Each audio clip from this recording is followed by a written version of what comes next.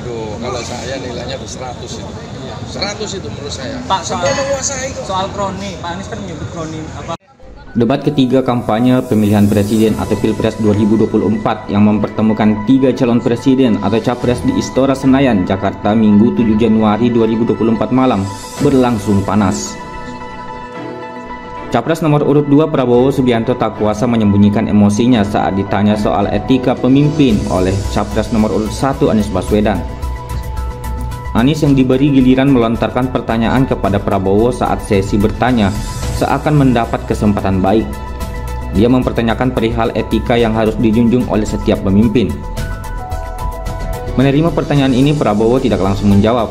Dia menyatakan sependapat dengan pernyataan Anies soal pentingnya nilai bagi seorang pemimpin yang dianggapnya sangat fundamental.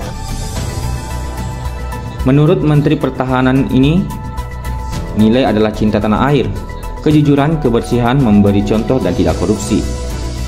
Bagi Prabowo, etik yang tertinggi adalah tidak memaksa ambisi pribadi, menghasut dan menyesatkan rakyat. Selain itu, menurutnya juga dilandasi kebersihan jiwa, kejujuran, dan kesetiaan kepada rakyat. Menerima jawaban itu, Anies merasa tak puas.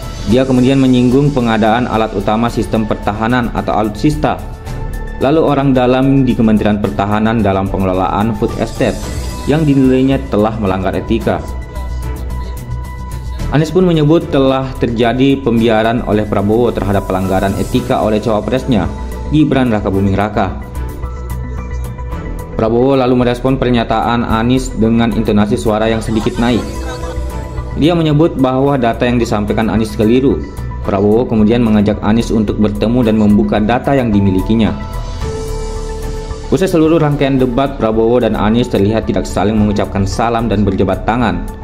Prabowo mengakui dirinya tak menyalami Anies. Anies pun mengaku tak sempat bersalaman dengan Prabowo usai debat. Mantan Gubernur DKI Jakarta ini mengatakan sudah mencari Prabowo, tapi tidak berhasil menemuinya. Menanggapi Prabowo dan Anies yang tidak saling bersalaman usai debat, Kapten Timnas Amin, Syawgi Alidrus membenarkan kejadian tersebut. Dia menuturkan usai debat Anies masih berdiri di panggung dan tidak jauh dari situ juga ada Ganjar Pranowo dan Mahfud MD.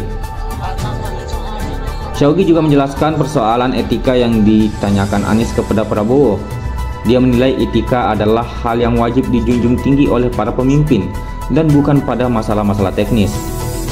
Selain itu, Syawgi pun menyoroti ketidaksanggupan Prabowo untuk membuka data-data anggaran pengadaan alutsista di Kemenhan, termasuk proyek food estate.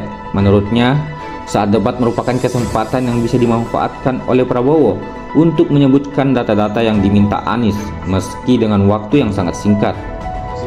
Sebagai Kapten Timnas Amin, Syawgi secara tegas memberi nilai 100 kepada Anies atas penampilannya di debat ketiga. Dia menilai Anies menguasai tema debat dan lebih unggul dibanding Prabowo.